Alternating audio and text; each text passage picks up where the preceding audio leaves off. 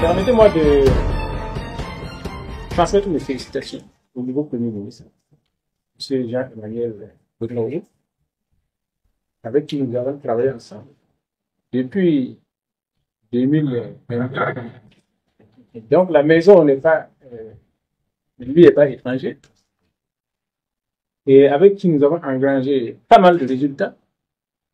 Et je pense que dans son nouveau poste, voilà, il va continuer à dévaler ses compétences pour l'intérêt général de la nation. Et à travers lui, je voulais également transmettre mes remerciements et ma reconnaissance à tous les membres du gouvernement. On va commencer par féliciter le secrétaire général lui-même, qui a eu une promotion à travers la composition du gouvernement. Et donc, vous voyez que dans mon gouvernement, il y a beaucoup de promotions. Hein. Merci. Donc, je voulais que le nouveau Premier ministre et le secrétaire général du gouvernement transmettent ma reconnaissance et mes félicitations à tout le gouvernement. C'était une équipe de choc. On a tous bien travaillé. Chacun a donné le meilleur de lui-même. Et on a engrangé des résultats. Bon, malheureusement, quand on sème, il faut attendre un temps pour les récoltes. Et toutes les semis ne croissent pas au même rythme. Ça fait qu'actuellement, on ne voit pas toujours les résultats de beaucoup de choses que nous avons mises en terre. Mais pendant un peu plus de 2 ans, nous avons travaillé en toute confraternité, en toute amitié. Et les conseils des ministres étaient des séances de travail et de convivialité. On ne s'ennuyait pas, on travaillait en toute fraternité. Donc, on a passé de bons moments, de telle sorte que chaque ministre avait soif et le conseil des ministres se tienne pour qu'on se retrouve dans notre bonne ambiance. Donc, je voudrais que vous leur transmettiez toutes mes félicitations et toute ma reconnaissance. Et beaucoup de gens d'entre eux m'ont envoyé des messages de félicitations et d'encouragement. Enfin, je voudrais que vous transmettiez mes encouragements, mes félicitations et ma reconnaissance au chef de l'État, le capitaine Ibrahim Traoré. C'est lui qui m'a fait appel. Et avec ça, nous avons cheminé ensemble. Alors, nos relations, au départ, c'était mon patron. Mais il était devenu mon patron, mon ami et mon frère. Pendant tout le temps que nous avons travaillé ensemble, il n'y a pas eu une seule fois de divergence entre nous. On avait des convergences de point de vue. C'est peut-être les méthodes qui divergeaient, mais on avait les mêmes convictions et les mêmes objectifs. Donc, comme j'ai dit, il a d'abord été mon patron. Maintenant, il est devenu et mon patron, et mon ami, et mon frère. Et sous son leadership, nous avons engagé beaucoup de résultats. Et comme je viens de le dire tantôt, vous ne voyez pas encore tous les aspects de ce que nous avons semé. Mais les semis ne tarderont pas à germer. Vous avez assisté dernièrement à l'inauguration d'une usine de tomates à beaucoup de villages. Il y en aura d'autres. Il y aura l'usine de traitement des résidus miniers, tout. Et je peux vous dire que le chef de l'État a de grands projets et une grande vision pour le Burkina Faso. Et si ce qu'il a en tête se réalise, je peux vous assurer que les années à venir seront des années, n'est-ce pas, de prospérité de notre pays. Donc, je vous demande de l'accompagner dans ce sens, afin que nous tous, nous en profitions.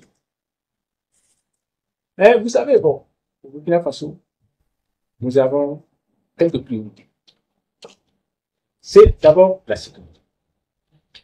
Vous êtes venu à un moment où, sous le leadership du président Ibrahim Traoré, l'insécurité est en train d'être jubilée. Ce n'était pas le cas quand nous arrivions en octobre 2022.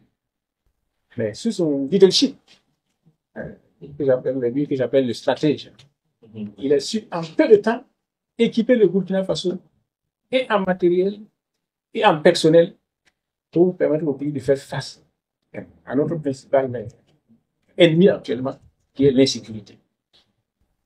Ensuite, il y a la refondation de l'État qui est en cours. Donc, ce serait bien qu'on puisse continuer dans ce sens-là. Parce que sans un État refondé, à l'image de notre État réel, les progrès seront difficiles. Et dans cette refondation, je pense que la transformation des mentalités, le décloisonnement des mentalités est nécessaire pour que les gens puissent prendre conscience de l'état réel de notre société et des objectifs que nous devons nous fixer. Vous êtes d'accord avec moi que on peut développer un pays dans l'indiscipline, dans le désordre, dans la saleté, quand j'ai plus fonction. L'un des premiers objectifs que j'avais assigné au ministre des Transports et au ministre de la Sécurité, c'était de juguler la circulation routière dans les villes. Faire en sorte qu'il y ait le respect du code de la route, que les gens portent des casques, que les gens respectent, n'est-ce pas, le code de la route, que les mobilettes n'aillent pas sur la chaussée des voitures, alors qu'il y a des pistes cyclables à côté, ce qui provoque des accidents de circulation, de conséquences graves.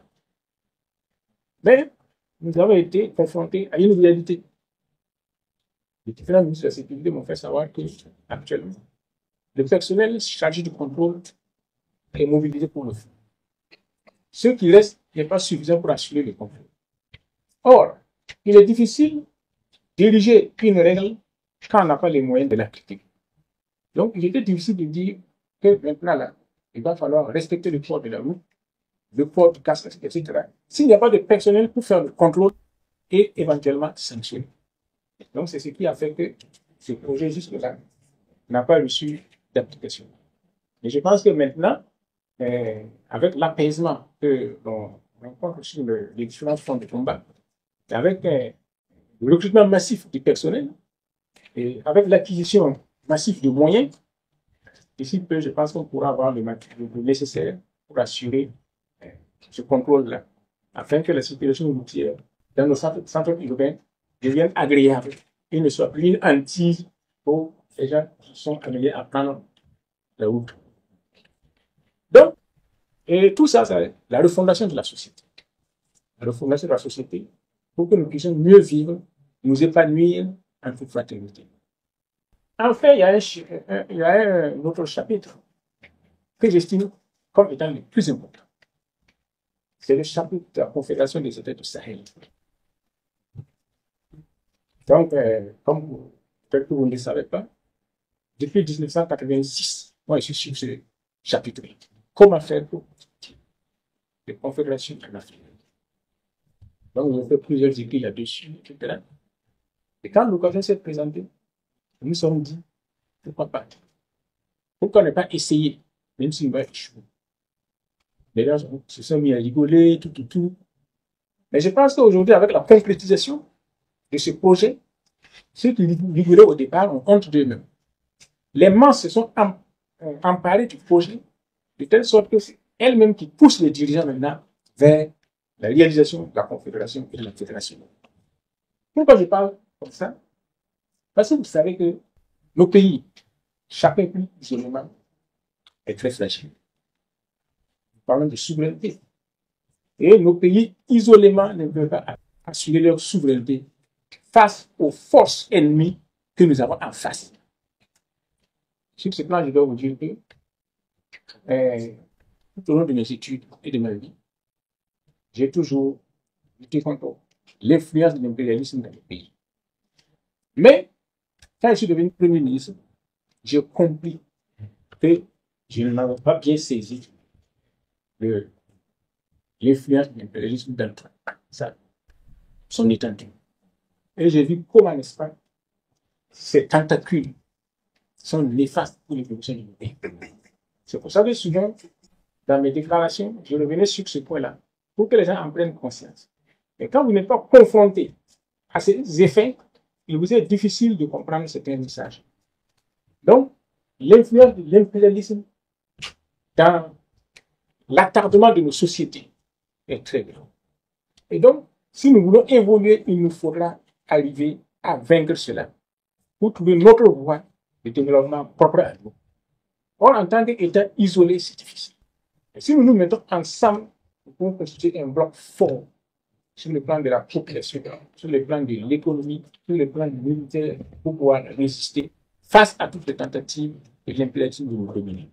Vous-même, vous êtes témoin de ce qui s'est passé lors du coup d'État du général Tchani au Niger. S'il n'y a pas eu la solidarité du Mali et du Burkina Faso, les impérialistes n'auraient pas hésité à intervenir pour quitte à massacrer des populations civiles nigériennes pour réinstaller au pouvoir leurs agents. Donc, c'est pour ça que je souhaiterais que ce chantier-là, la constitution de la Confédération des États de l'AES, se consolide et pour que nous puissions aboutir à une fédération et stabiliser nos institutions sous-régionales pour pouvoir faire face aux défis de la lutte contre les influences extérieures et aux défis du développement et de circulation libre de nos populations. Donc voilà les chantiers qui sont là, qui sont permanents. Et c'est pour vous dire que vous aurez pas mal à faire. Mais je pense que votre tâche sera beaucoup plus facile parce que maintenant l'insécurité est de plus en plus jugulée. Et les gens commencent aussi à comprendre. Quand nous arrivions, la plupart des gens avaient des esprits formatés sur le modèle occidental. C'est-à-dire que la pensée était dirigée. Les gens n'étaient pas convaincus qu'on pouvait penser différemment. Maintenant, nous avons constaté que, avec le travail que nous avons commencé à faire, beaucoup commencent à comprendre qu'on peut penser différemment. Et on peut se construire différemment. Donc, la tâche sera un peu plus facile pour vous. Et heureusement, vous avez un personnel qualifié, que ce soit au secrétariat général, que ce soit au cabinet ici, et qui est prêt à relever les défis, qui est prêt à relever les défis, peu qu'on leur fasse confiance.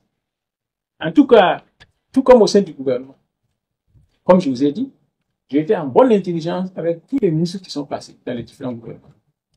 Au sein de la primature, ça a été la même chose. Je n'ai jamais eu de problème avec un personnel particulier, soit du secrétaire, soit du cabinet, qui n'a pas trouvé sa solution dans l'entente. Voilà. Donc, je pense que vous héritez, n'est-ce pas, d'une institution qui se fait bloc pour avancer. Alors, vous avez tous les atouts pour réussir. Et donc, je vous souhaite, n'est-ce pas, un bon parcours et que tout parcours a une fin et qu'à la fin de votre parcours, vous puissiez être fiers de vous-même et de votre pays.